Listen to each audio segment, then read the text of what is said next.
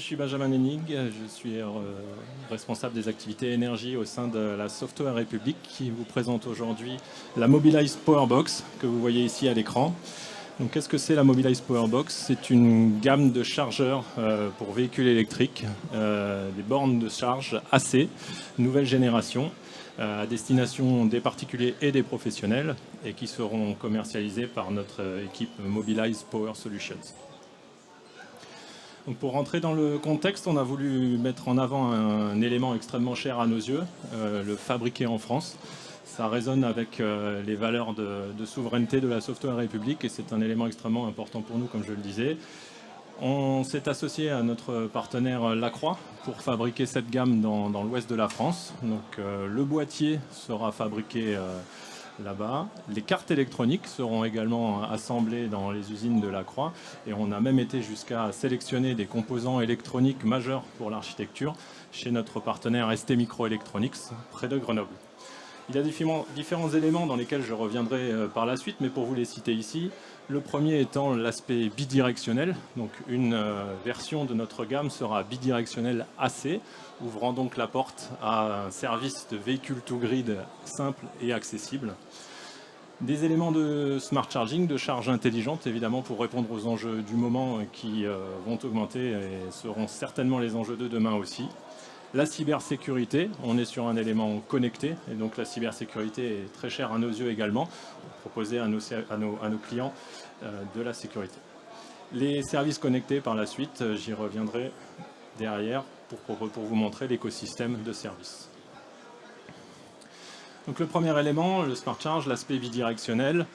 Avec cette Mobilize Powerbox bidirectionnelle, le véhicule va devenir partie intégrante du réseau électrique pour en devenir une solution. Ça va apporter de la flexibilité, ça apportera aussi une capacité d'optimisation des coûts et de l'utilisation des énergies renouvelables. Pour vous donner un ordre de grandeur, 50 000 véhicules électriques connectés à des Mobilize Powerbox représentent l'équivalent énergétique d'une centrale électrique. C'est un élément extrêmement important pour le réseau, mais aussi bénéfique pour l'utilisateur, puisque ce service permettra d'apporter des revenus additionnels significatifs aux clients. On est donc vraiment sur une solution win-win pour le réseau et pour les clients. La cybersécurité, extrêmement importante, comme je le disais, fort de l'expertise de notre partenaire Thales, notre gamme connectée embarque des solutions de cybersécurité et de protection des données qui sont à la pointe de la technologie. On construit un écosystème de confiance dans lequel nos clients vont se retrouver, qui va répondre à leurs attentes et qui va répondre également aux exigences des protocoles d'interopérabilité. Pour la partie service, donc je vous le disais, c'est une gamme d'objets connectés avant tout, et donc doit être accompagnée d'une solution de service qui soit simple et intelligible pour nos clients. C'est pourquoi on est en train de créer un écosystème, une plateforme cloud pour supporter ces services et permettre d'orchestrer ces objets connectés pour les clients, pour les utilisateurs, leur permettant d'avoir accès à un contrôle de leur charge, à maîtriser leurs solutions de charge intelligente et bien sûr d'avoir accès à leurs services de véhicules to grid. On est donc sur un objet, une gamme qui est connectée, sécurisée et donc évolutive, qui nous permettra au fur et à mesure de mettre à jour les services, mais aussi d'en apporter de nouveaux à nos clients régulièrement. Une frise chronologique pour vous donner un contexte temporel. Donc on est aujourd'hui ici au Paris Motor Show pour la première présentation publique de cette gamme. Je tiens d'ailleurs à remercier toute l'équipe qui a rendu ça possible.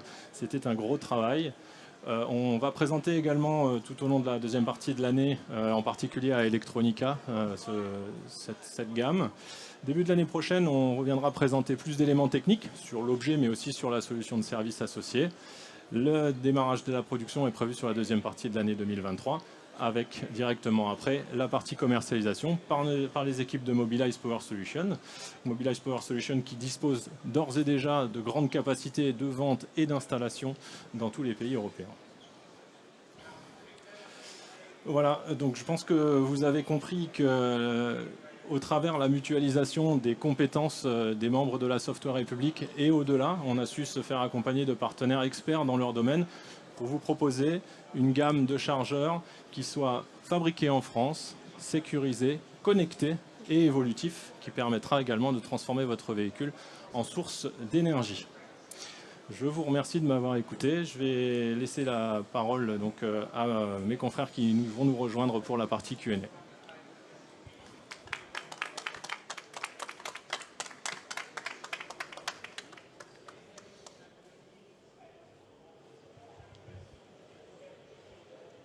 Des questions?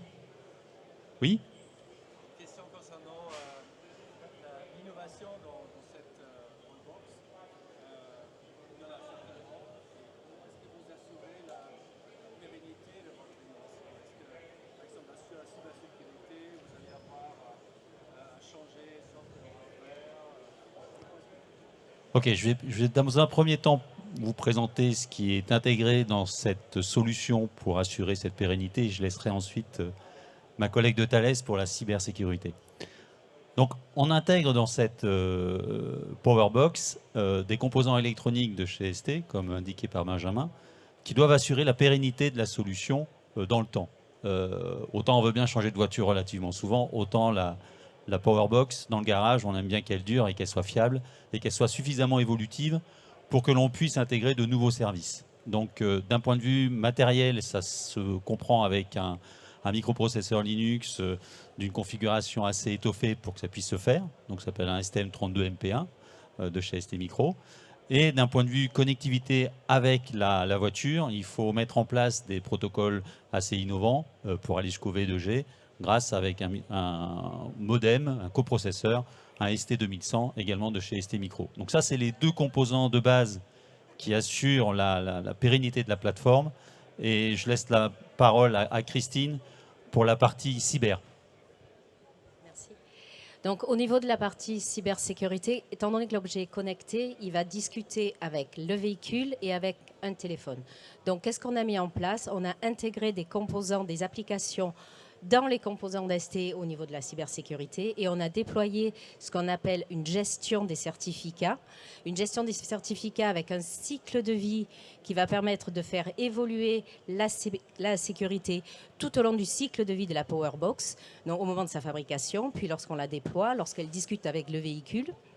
Et toute cette infrastructure de cybersécurité qui offre de bout en bout du véhicule jusqu'au cloud en passant par la Powerbox, toute la solution d'avoir un service sécurisé, trusté pour l'utilisateur et l'écosystème de l'énergie.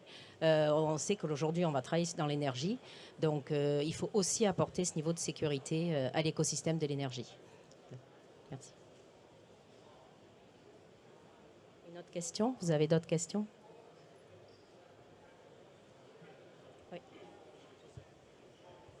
Excusez-moi, je vais poser ma question en anglais parce que je suis plus à l'aise en anglais qu'en français. What is the role of cybersecurity in the deployment of the Powerbox? You know, I want to understand a little bit more about the cybersecurity. I can answer in English or in French, but it seems that let's switch keep in French. The role of the cybersecurity, when you start to have a connected device, you need to think that it can be hacked, okay? So from the beginning of the design of the Powerbox, we managed really to make cybersecurity by design. We were at the heart of the design of the architecture of the solution. But it's not enough. When you implement the architecture, you need to think about the future. So first is a security by design, but then is the life cycle of the cybersecurity. So implementing that, you need to think what will be the different integration of the system within the infrastructure. So where we could act, with kind of connectivity, we are talking about a connected device using 4G, Wi-Fi, so we need to consider that. We need also, because you will integrate a subscription inside the Powerbox, how this subscription will be secure, how we will authenticate the end user. All these elements has to be considered using this cybersecurity mindset, which has to start from the beginning and live with the product along the life cycle of it. Finally, I did it in English.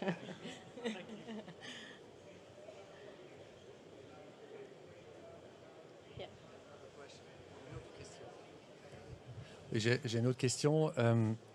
Là, je suis en train d'installer des panneaux solaires sur le toit et je n'ai pas acheté la batterie. Mais je vais avoir une voiture électrique, je ne sais pas laquelle, peut-être une Renault, peut-être une autre. Est-ce que je peux l'installer ou est-ce qu'il faut que j'achète une Renault pour l'avoir et quand est-ce que je peux l'avoir?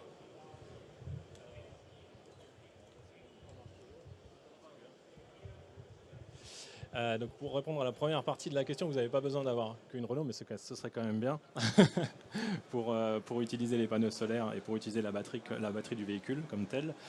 Pour les sujets véhicule to grid, là par contre, il s'agit de valider un écosystème complet entre le véhicule, la voiture et le réseau pour que ce soit fonctionnel. Et donc si vous voulez passer à l'élément d'après, c'est-à-dire le véhicule to grid, il faudra acheter une Renault.